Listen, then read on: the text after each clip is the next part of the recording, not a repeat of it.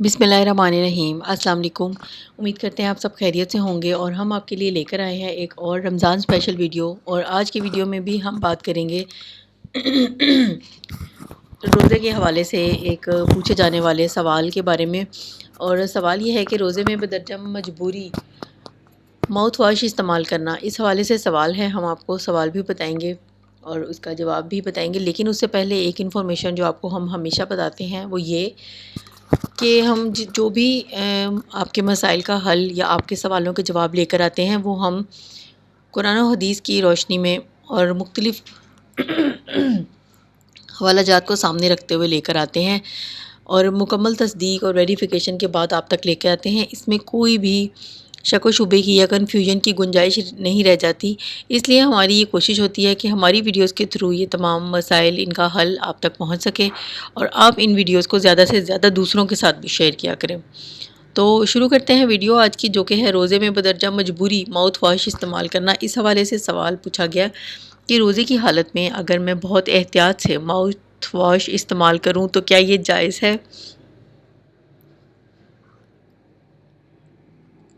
क्योंकि जब मैं सुबह उठता हूँ तो मुंह का जायका बहुत ख़राब होता है, जिसकी वजह से कभी उल्टी भी आ जाती है। तो अगर मैं एहतियात से इस्तेमाल कर लूँ तो कोई हर्ज तो नहीं?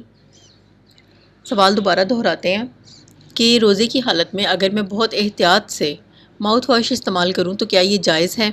क्योंकि जब मैं सुबह उठता हूँ तो मुंह का जायका ख़राब होता है, जिसकी वजह से कभी उल्टी भी आ जाती है।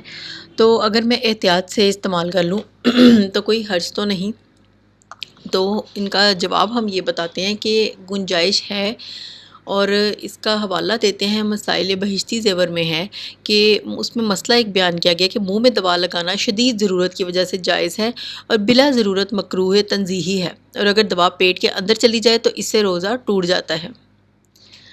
जवाब दोबारा दोहरा देते हैं कि माउथ वाश इस्तेमाल करने की गुंजाइश है और इसका हवाला इस तरह से दिया है कि मसाइल बहिश्ती ज़ेवर में है कि मुंह में दवा लगाना शदीद ज़रूरत की वजह से जायज़ है और बिला ज़रूरत मकरूह तंज़ीही है, और अगर दवा पेट के अंदर चली जाए तो इससे रोज़ा टूट जाता है।